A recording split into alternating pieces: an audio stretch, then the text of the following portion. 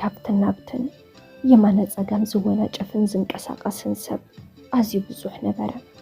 ብንፋስ ዝተበታተነ ጸጉረይ እንዳጠርነፍኩ በተዘጋጠመኒ ኩነታት እንታይ ከም ዝገብር ከም ዝተጨነኩ ካብ ገጸይ ርኢኻ ይፍለጥ ነበረ። እስከ ፍረዱኒ ናይ መን ጥፍኣት እዩ በልኩ ከይተረጋግኣኹ ዝሞለቐኒ ዘረባዩ። ሰብኣይ ድማ ከም ዝኽብል መለሰለይ ክትበዕልግስ ተረኸብክ እኮ ንስኺ ይብለኒ። በቲ ሒዝዎ ዝነበረ በትሪ ንኽወቕዓኒ እንዳተገልገለ ኣነ ድየ ዋላ ሰብኣይ ጥፍኣተኛ ግና እስኪ ሰማዕቲ ዝዛንታ ፍረዱና ኣነ እንታይ ክገብር ነይሩኒ ትብለና ኣላ ሓንቲ ናይ ሎሚ በዓልቲ ዛንታና። እስኪ ናፍቲ ተጓንፎ ከብለኩም ሰብኣይ ንዓይ ምስ ካሊእ ወዲ እንትብዕልግ ስለ ዝረኸበኒ ንኡኡ እኹል ምኽንያት እዩ። ኣነ ድማ ኣብ ልዕሊ ግፍዕን በደልን እንተዘይፍጽመለይ ነይሩ ናፍቲ ሕሱር ተግባር ኣይመኣተኹን። ኣብ ማእኸል ኣዲስ ኣበባ ከተማ እዚ ተግባረይ ንዝሰምዐ ሓላፊ መንገዲ ግና ብዓይ ንኸይሓዝን ገበሮ። ምኽንያቱ ኣብ ልዕሊ ሰብኣያ እትብዕልግ ነውራን ኢሉ ክሓስብ ዝገብር ኩነታት ስለ ዝነበረ እዩ። ብዝኾነ ብደገ ንዝረአዮ ሰብ ግልፂ ዘይኮነ ጉዳዩ እቲ ነገር ከምዚ እዩ። ናይ 12 ክፍሊ ትምህርቲ ወዲአ ናይ ዩኒቨርስቲ መእተዊ ዝኸውን ውፅኢት እንዳተጸበኹ እናሃለኹ ወዝቢ ናይ ህይወተይ ኣንፈት ዝቕይር ሓደ ተጓንፎ ናብ ህይወተይ ዝመፀ። ካብ ዕለታት ሓደ መዓልቲ ኣብ ውሽጢ መረባና ኮይነ ክዳን እንዳሓፀብኩ እየ ዝነበርኩ። እታ ዝተኸደንኩዋ ጸላም ናይ ላዕሊ ነቲ ከዳራይን ኣብ ኢድ ጎበዝ ወዲ ተባዕታይ ዘይበፅሐ ሉስሉስ ናይ ኣፍ ልበይ ሰብነትን ግልፂ እያ ተርኢ። ናይ ታሕቲ ዝገበርክዎ ብሕብሪ ትመሳሰል ናይ ታሕቲ ታይት ስረ ድማ ምስ ነብሰይ ተጣቢቓ ቅርፂ ሰውነተይ ተርእያ ዝነበረት። ንእሽተን ስፒከር ከፊተ ሙዚቃ እንዳሰማዕኹ ሓቢረ ምስ ኣንቲ ደርፍ ናይ ባዕለይን ናይ ስድረይን ክዳውንቲ ሓፅብ ሓንደበት ናይቲ በሪ ማዕፁ ብሓይሊ ተኳሕኩሐ። ኣነ እውን ብቕልጡፍ መኒኻ እንዳበልኩ ክኸፍቶን ትኸይድ ኣነ እየ ዝብል ዓው ዝበለ ድምፂ መለሰለይ። ፍርሕ ትብዕ እንዳበልኩ እቲ በሪ ኸፈትክዎ። ዕድሚኡ 30ታት ወዲኡ ናብ 40 ዝተጸጋግዐ ዝመስል ገዚፍ ሰብኣይ ጸንሐኒ። ክልቴና ማዕረ ተጠማሚትና ኣቤት በልክዎ ዝደልዮ ንኽፈልጥ ብሓውሲ ስግኣት ንወላዲተይ ክረክብ ከም ዝደለየ ሓተኒ። ኣነ እውን ብሓውሲ ጥርጣረ ኣላያ ግና ናይ ሰላም ዲኻ ደሊኻያ ይብሎ። ንሱ እውን እቲ ብሕርቃን ዝተጸወገ ገጹ ብኽምስታ ክስዕሮ እንዳፈተነ ኣይ ናይ ደሓን እዩ ብማል ነቲ ብሕሱም ቄሕ በርበረ ዝመስል ገጹ ብጸጋማይ ኢዱ እንዳደራረሰ የማናይ ኢዱ ንሰላምታ ብምዝርጋሕ ስሞላለየኒ። ኣነ እውን ሽመየት ሕስክዎ ክጽዋዕ ኢልካ ባላስ ኣቲኻ ክትረኽባ ይብሎ። እተን ኣብ ውሽጢ ኣእዳው ዝኣተዋ ኣእዳዊ ቀሰቢለ ከናግፍ እንዳፈተንኩ እንተንሱ ግና ክጽዋዕሊ ዝደለየ ኣዒንቱ ካብ ገጸይ ትሕቲለን ብሙራድ ኣብ ከባቢ ኣፍ ልበየት ኮራ። ኣነ እውን ቅልጥፍ ኢለ ገጸይ ብምዛር ናብ ገዛ ስጉም እንዳበልኩ ናፍተደይ ዝነበረቶ ሳሎን ብምእታው ዝኾነ ሰብ ከም ዝደለያን ስሙውን ነገርክዋ። ይኹን እምበር ኣደይ ንምንታይ ንዝኾነ ሰብ ኣብ ገዛ ምህላዊ ትዛረብ ብማል ንእሽተን ካብቲ ኮፍ ኢላቶ ዝነበረት ተላዒላ ብሓሳብ ንዓይ ገዲፋትኒ ርሑቕ ተዓዘረት። ናይ ኣደይ ኩነታት ምስ ረኣኹ ካብቲ ዝኣተወቶ ተካዘ ንኸውፃ ክብል ይቕሬታ ብምሕታት ከጸናንዓ ፈተንኩ። እንተደይ ግና ሓደ ግዜ ኣላ ስለ ዝበልክዎ ንኽኣቱ ክዛረቦ ገበረት። ግና እቲ ምሽጥር ክፈልጥ ኣይከኣልኩን። ምስ ኣደይ ረኸብክዎ ብጣዕሚ ካብ ምርጓዱ ዝተለዓለ እቲ ዝገበሮ ናይ ላዕሊ ቲሸርት ክቕደድ ዝቐረበይ ዝመስል ሰውነቱ ርኢኻ ኣብ ጽቡቕ መነባብሮ ከም ዝነብር ኣፈውፂ ይዛረብ። ገዛ ምስ ኣተወ ኣደይ ካብ ኮፍ መበሊኣ ተላዒላ ብኽብሪ ተቐበለቶ። ንሱ እውን ነደይ ዘርአያ ትሕትና ከም ዘደነቓ ካብ ገጻ ምዕዛብ ይከኣል። እቲ ገንዘብ ኣደንጊናል ካይላ ይቕሬታ ተሓቶ። ንሱ ግና ምንም ዘጭንቕ ከም ዘይብላን ቀሲልኩም ኣብ ዝጣዕመኩምን ዝረኸብኩሞን ግዜ ትምልስዎ ብማል ነደይ መለሰላ። ኣደይ ግና ክትምርቆ ሰማዕኽዋ። መጀመርታ ፈሪሓ ዝነበረት ኣደይ እንተድሓር ግና ክትረጋጋዕ ጀመረት። كم شيطان سجعته زنبرة تدي أب أجرو وديقة بفلوي كتمسكنو رأخو أنا أبدك خوينا أتوب بزخولا بنتصور أي ردأني قلبي جنا ناب سلز نبرة أتمشتر أنتي كخوني خيل كحسب فتنه عدي كاب أجرو اختلقل إنا لما أنا نبرة كم حفتو كم زريعان متحقق دما نبر مخانون انت الزارب سمعخو بتوش طوالا انت زي فلت قوة أب حدا من رددا كم زبط حقنا تعزبو بدحر زين كخير كم زدالين عدي دما بنا كيساتي كي خير بنا كفل حلو زوعتني انت نسوقنا جزا سلازي نبرو كالي جزا تماليسو خمات مخانو بمحبار ندي تشاوي لوان توزق بلز حاوي كسابر كفانو وكيلا كسعبو دليت دحن نساخت فانو النياب ماي أنا كسبت كان شلو حبيريو اند على النخرنا كفلي ننكلو دما نسخت مسلي تبقى قوال محلاوم أي فلت النيرة نايب حكي وكبت يخيلو أرنا أوتو قلت علي مستي أدمي أريئة نعايز متن وقع خوني ترعين كنا قاشا خبريو كم زبحالي كم سيلا حلف قوة انت نسوقنا وازاك حلف زخ السب عين بران أفت موبايلو سلكي كتصحفلو حباني أنا ون صحفة ملس كله نفتا أفت دق عفيت قسانا دويلات أنحت سألان فورد مكينة تمرح أفت مكينة سبل لدوي باللونيلا كساب نفتا مكينة أزعطو أفت بري تمسيت دويلا رأخوه نسون إدو جيرو تشاويلو نخدا أنا بإيدي تشاو بمال كمستوررني ما يتمثل ناي اجر مكينة بمحازو بلبي تعدي لي يبل بتبرع عزي بقلطفنا بدي بمخاد من مخانو حتى قوة نساقنا ناي بوي عرقو مخانو مزحف تمقنا بزوح كم زي كونو تنقراني حاجة سومن زخون نسانا حقوقنا قدمي أتدويل نزي فلت سلكي دولاني دمتو سميع كذكرو يكالكون سومو مسنا قراني قنا اتحف تام سبعي مخانو فلتقو بسلكي إلال ندا تدوالنا متزوات قتلنا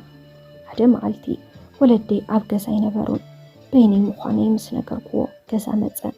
ولا بعد ما يبلزني كقربو قدم كنا هزون دما ناب حدا عبي هوتيلي خيد اتا زعات خلا مكينا كساب كافتي زعبو خلو مندر حيزات النتسور عبر قزقو الدولو حدا بفقر عين زتمتان قرابيتنا يمعدون نبرا فليز بلا فتوت أب كلتنا يرأيو أب حدا نحنزات كالي يسرح ما حنديس كوني يسرح أنا على قوا كندو أب فقرزت حلقو انت زي نبركو قربنا قنا فتوت كهلو نزقبر يزنبرا اتقوار بيتي قنا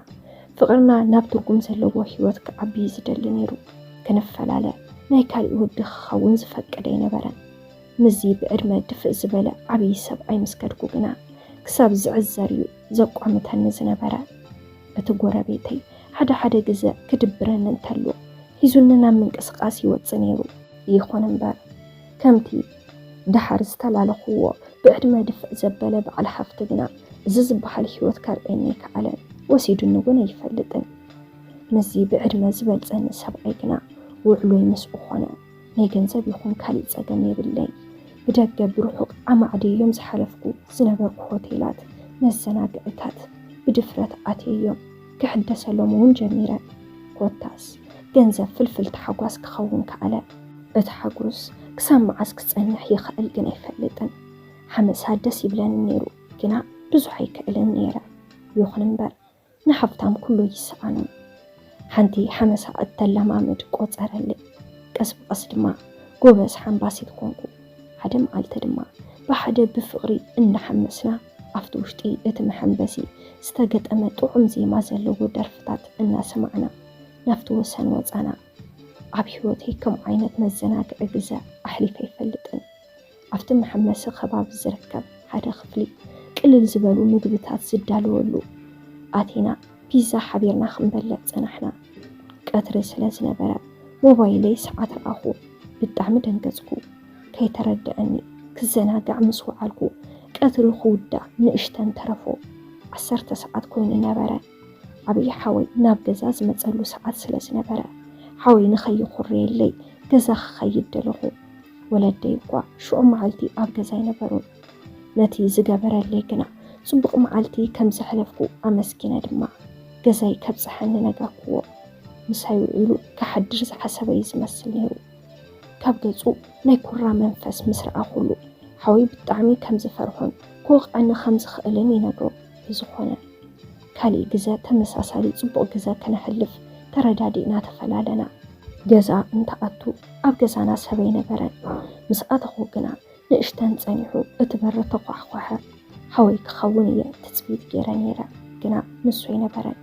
እቲ ብፍቕሪ ዝተሓሰየ እንተ ኣነ ግና ካብ ፍትወት ዝዘለለ ምንም ቦታ ዘይሓብቅዎ መሃንዲስ ጎረቤተይ ዝነበረ ኣብቲ በሪ እናሃለወ ወግዕ ቀጸልና ንሱ ብፍቕሪ እንዳተጸብየኒ ኣነ ግና ምስ ሓደ ሓፍታም ገዲፈዩ ይዘውር ከም ዝነበርኩ ይወቕሰኒ ኣነ ግና ካልእ ምኽንያት ፈጢረ ክሸፋፍነ ይደለኹን እወልክ ኢኻ ካብ ንዓኻ ኣብ ኣዋርሕ ኣጠራቒምካ እትጽገም ቁጻር ምስ ሓደ ኣብ ሰዓታት ገንዘብ ዘፍርሕ ሓፍታም ምዃን መሪጸ በልክዎ እቲ ዘቕረበለይ ሓሳብ ብምቁዋም ኢለ ገዲፈዮ ክኣቱ ክብል ኢደይ ሒዙ ክንደየናይ ዝኣክል ከም ዘፍቅረኒ ከርድአን ፈተነ እንተ ኣነ ግና እንድሕር ምስ ሓፍታም ዝዘውር እንታይ ክገብረልካ ካልእ ዘይትእልሽ ብማል ገዲፈዩ ክኸይድ ክብል ኣብ እግሪ ወዲቁ ክልምነኒ ጀመረ ኣነ እውን ኣመናሕሰነኒ ይቕሪታ ገይረሉ ኣብዚ መንጎ ሓወይ ስለ ዝመፀ ናብ ገዛ ብምእታው ከምቲ ናይ ኩሉ ግዜ ፀዋታና ቀጸልና ምስቲ ጎረቤት ምዃኑ ጥራሕ ዘይኮነስ ኣብ ስርሑ ዝውዕል ቁኑዕ ሰብ ስለ ዝነበረ ከም ውላድ ገዛና ይዝርአ ነይሩ ሓንደበት ድማ ንእሽተን ጽንሕ ኢሎም ኣደይ ምስ ኣቦይ ተኸታቲሎም ኣተው ኣደይ ብጣዕሚ እያ ትፈትዎ ከም ውላዳ እያ ዓብያቶ ኣቦይ ግና ብዙሕ ኣይፈትዎን ምኽንያቱ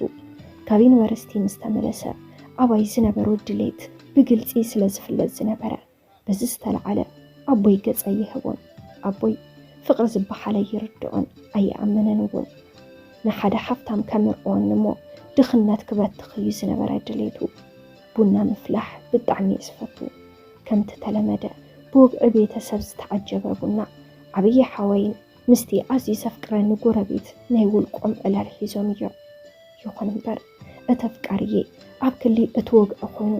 ኣነ ቡና ንኸፍልሕ ዘድሊ እንትቀራረብ ጠመተ ገይሩ እንትርኤኒ እዚኣ እትመስል ጽብቕቲ ኣብ ሳሎነይ ግርማ ገዛይ ኮይና እንተዝርኢ ዝብል ዝመስል ዓብዪ ሓወይ እንትዕልል እቲ ኣፍቃርዬ ቀልቡ ናባይ ዝነበረ ኣደይ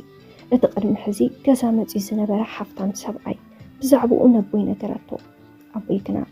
ዝኾነ ተንኮል ሓሲቡ ይኸውን እምበር ከም መዓዝ ጥዑም ዘረባ ተዛሪቡ ይፈልጥ ኣብ ዝረኸበኒ መንገዲ እኮ እዩ ገንዘበይ ምለሰለይ እንዳበለ ይዘዋርደኒ ኣቦይ እዝን ትብል ሰሚዐዮ ኣነ ግና ብዛዕባቲ ብስውር ዝቐረብክዎ ምስ ገዛና ርክብ ዘለዎ ሓፍታም ሰብኣይ ክሓስብ ጀመርኩ ምስ ስድራይ ዘይፈትዎ እንታይ ምኽንያቱ ክብል ሓሲበ ክርድአኒ እውን ይከዓለን ወለደይ ብርክት ዝበለ ግዜ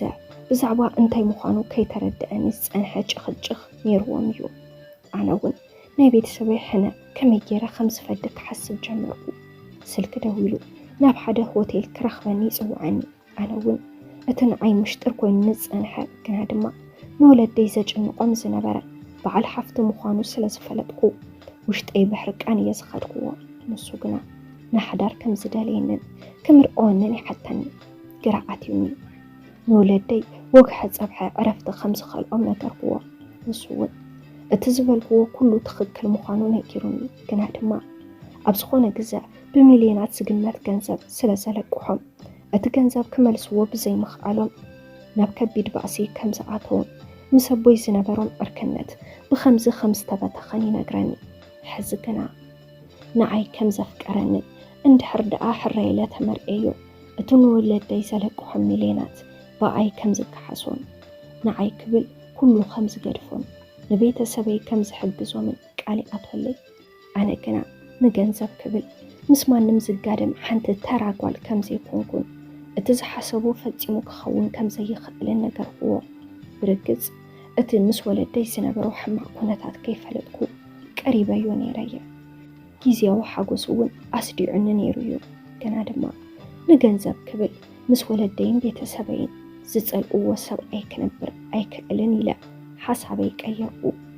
ምስኡ ናይ ምዝንጋዕ ዝነበሩ ንመደባት ጠቕሊለ ሰረስኩዎ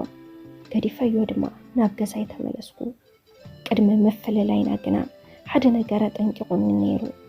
እንድሕር ሕራይ ዘይለዮ ግና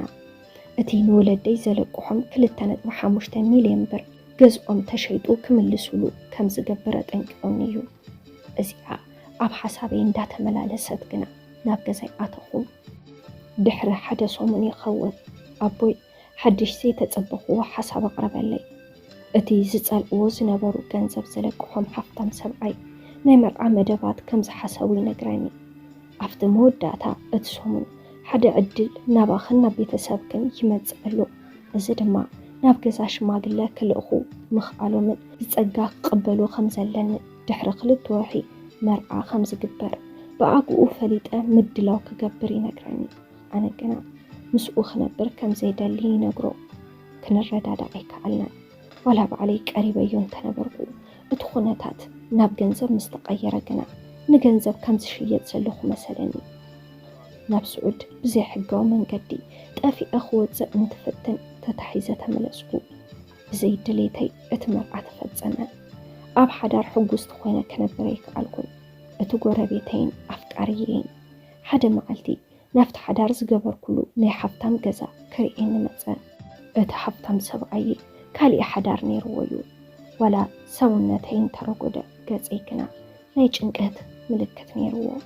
እቲ ቀደም ዘይግደሰሉ ዝነበርኩ ኣፍቃሪየይ ክጠይቐኒ ምስ መፀ ሓዳር ካብ ዝገብር ድሕሪ 1 ዓመት እዩ ነይሩ ኣብ ሓዳር ኮይነ ብውሽጠይ ንዕኡ እንዳዘከርኩ ፍቕሪ እምበር ሓፍቲ ትርጉም ከም ዘይብሉ እንዳተዓዘብኩ ልበይ ኩሉ ግዜ ምስቲ ጎረቤተይ ኣፍቃሪየይ ኮነት ሓንደበት ገዛ ምስ መፀ ግና ብቐሊሉ ይተፈላለናን ንዓመታት ይጽበየኒ ዝነበረ ኣፍቃሪየይ ሓቆይፉ ንትስዕመኒ ናብ ስምዒት ኣተኹ ርክብ እንዳፈጸምና ሓንደበት እቲ ብገንዘቡ ዝገዝአኒ ሓፍታም ሰብኣይ ብቁልፊ ከፊቱ ምስ ካልእ ወዲ ርክብ እንዳፈጸምኩ ብዓይኒ ረኣየኒ ክትብዕል ረኺበክ ብማል ክወቕዐኒ እንትፈትን እቲ ምሳይ ርክብ ዝፍጽም ዝነበረ ኣፍቃሪየይ ግና በዓለገ ማለትማ ንስኻ ኢኻ ኣብ ርእሲ ሓዳር እትገብር ብማል ኣነ ምስ ኣፍቃሪየይ እታ ኣብ ሓዳር ዝወለድኩዋ ውላደይ ሒዘ ጠፋእኹ ሰብኣይ ሓፍታም ጥራሕ ዘይኮነስ ዝደልዮ ዝገብር እከይ ብምዃኑ ኣብ ኣዲስ ኣበባ እንተነይረ ክቐትለኒ ይኽእል እዩ ስለዚ ካብ ኣዲስ ኣበባ ጠፊእና ወፃና ይኹን እምበር ዕዳ ወለደይ ክስርዞ ገይረየ ግና ድማ ሓዳር እንዳሓለዎ ንዓይ ካልአይቲ በዓልቲ ሓዳሩ ብምግባር ናይ በዓልቲ ሓዳር መኣምን ገይሩኒ ምስ ተረፈየ ናብዚ ዝኣተኹ መን ጥፍኣተኛ እስኪ ፍረዱና ትብለና ኣላ ሓዳር እንዳሓለዎ ብገንዘቡ ጓል ኣንስተይቲ ገዚኡ ክነብር ዝደሊ ዋላስ ኣነ ፍቕሪ ዘይብለይ ካብ ዘፍቅረኒ ተፈለይ ንገንዘብ ክብል ምስ ምንም ዘይግደሰለይ ምንባር መን ይጌገኛ